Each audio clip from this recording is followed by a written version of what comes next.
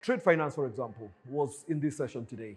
And the different trade instruments that we need, particularly from an export position, we'll all appreciate that then the exporter may not necessarily know the importer. And they may not know the channels to pursue to get their funds and their payments coming through. The government, in helping us to understand then and what are the requirements and the standards that must be met and observed as we then export, because in different markets have got different standards that they want to get observed. And who are the government agencies that help us to articulate those standards? Who are the government agents that help us to confirm that we are actually meeting those particular standards, so that then even before it is leaving the country, it is inspected and the inspection happens and you're sure about that. But then from a documentation perspective, then trade finance then comes and helps us to figure out then what are those instruments that we require that guarantee A, the exporter of their monies, but B, also that meet the needs of the importer. Because on exports, we are first identified with our products before even the product itself is even evaluated. But also C, bringing in the global markets team, because then one of the biggest elements of it is the fact that then you're trading today for a payment that shall be made tomorrow, and the exchange rates continue to move and metamorphosize. And so the question is, how do we ensure also that then you're getting A, the right rates for either your import or export, but also B, how do we then hedge the risk of fluctuations of the different currencies, so that then you're not exporting today, and by the time the money is coming in, you're already in a loss position because then rates then went and fluctuated. And so from our structured products within our global markets covering our forex and the hedging solutions and all of that, then it was also important that then we bring this into play, so that then we don't just do activity that is not profitable, because then if it is not profitable, then it's also not sustainable. And if it is not sustainable, then it's also not scalable. And so those elements then come into play. But then also bringing in our SME expertise into the room, because then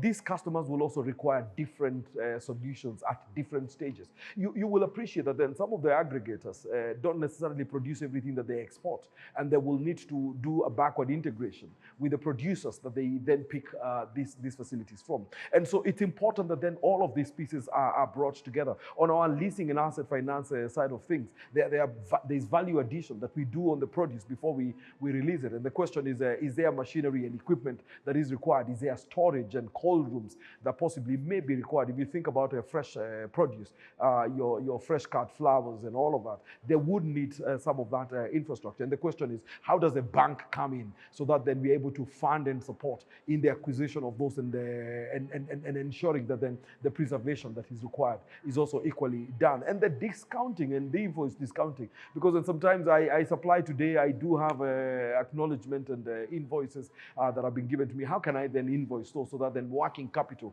requirements are actually unlocked? If you think about a business, while profitability is important, the cash flow keeps it going, and therefore these solutions like invoice discounting and all then ensure that then liquidity is locked to the business to ensure that then that business then continues to do. And so there are really very many parts and that are required for us to be able to do this. And when we look at this export, we're not only looking at it from global only, but also the African Free Continental Trade Area is actually one more instrument that is available to our customers. And how do we then leverage this so that then we continue to open markets for them? China, for example, has just opened up a different trade agreements with the country, and actually with the continent in large. By the way, it's not just a Kenyan sign-off. It's actually an African deal that almost exempts 98.2% on tax. And the question is, it has a window of 2 years. How do we then accelerate the support we are taking to our SMEs so that then within the 2 years window that is available, we then get to do as much as we can and connect our customers to these opportunities, so that then irrespective of how after the 2 years window goes, they have established relationships, they have established partnerships that they can continue to trade with even after the 2 years window is finished. It's actually part of even why we are taking customers to China later this year in the month of October on the Canton. But again, what we then view this as being different is the fact that then, yep, on one side, you will then go and establish places that you can source for what you need to source, and you can actually establish contracts with different partners in there. But again, under the auspices, and this is the time we're then going under the auspices of the new trade agreement. And therefore, then we want to go with a different lens and ask ourselves, now that then export opportunities have also been opened, how do we help our customers then leverage on those particular windows within the period that we have? And this is really the investment we continue to do within our basis. It's interesting to note that then the global dynamics then continue to be very, very interesting. If you look at our diaspora remittances, we are starting to see a strain on them coming through in the market. And of course, this has continually been a traditional important remittance inflow into the country. And as we see that coming under a bit of pressure, then the question is, then how do we then elevate the export side of things so that then possibly then this helps us to sort of balance it off. But again, as we see how the macros are going, global economics and all of that stuff, what has been actually very interesting is the fact that then the markets are learning to live with the uncertainty there is. And I guess underpinning all of it is a lot of resilience that we see both in the local market and beyond. If you look at the Kenyan one particularly, whether you look at projections from the World Bank or you look at it from the IMF or Central Bank, we see a resilience really projected both this year and even the coming year, which really speaks into the DNA of who your average Kenyan man and entrepreneur is. They remain extremely resilient, not because the times are easy, but because then there's a resilience that we continue to see manifesting within the economy. And within that resilience is exactly then the opportunities to continue to trade, to produce, to elevate production and to aggregate production so that then the entire value chain of everything that we produce and export continues to be taken care of and continues to be supported. And really, that's where our resilience also then comes from as a market, really, and as an economy. So as NCBA, we feel very, very proud that though times become what they become, and for history purposes, we have gone through different seasons. I mean, we had COVID, and we navigated through very, very, very strongly.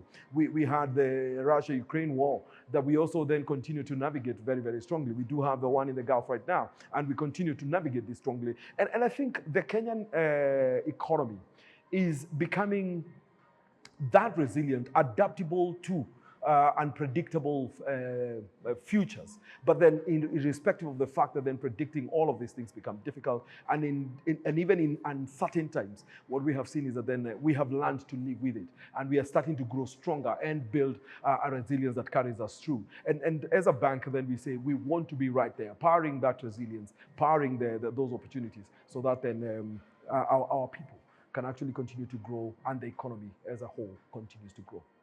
Thank you so much. So lastly, what does success look like for NCBA, and what impact do you hope these initiatives like this will have on the economy? I think for us, success is when we see our customers able to take all these opportunities.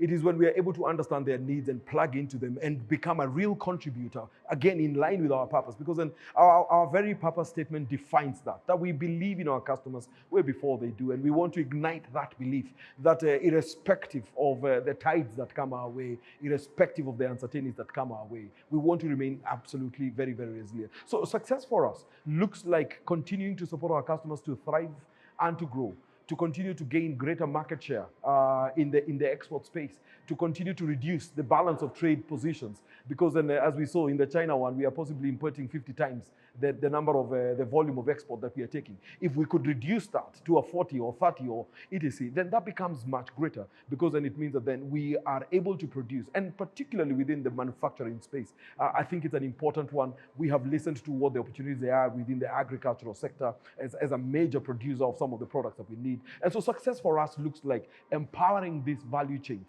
and empowering these ecosystems, so that then we are able to take our rightful place within the global markets and be able to then also populate shelves out there in the global stage with our own products and elevate really the export and production. For us, export means that there's a supporting production that precedes it, and being able to support all of that ecosystem is indeed extremely very, very important for us. So really, NCBA remains a catalyst and will remain to be a catalyst for that production, for exports. And you'll see us having many more of these opportunities and forums, so that then it is not just financial but actually an event like today enabled us also to then plug in the non-financial, so that then both the financial and the non-financial opportunities creation and preparation towards it and facilitation to optimize those opportunities continues to remain possible and a focus point for us. And through that, we see then the growth coming in and our customers are growing. After all, we're in an industry where we only succeed when our customers succeed. And therefore, we remain deeply invested in their success so that then all of us can elevate the economy across the region. And this is not just a Kenyan issue, but actually across the region and in the markets that we operate in. Thank you so much. I appreciate your time. Thank you very much.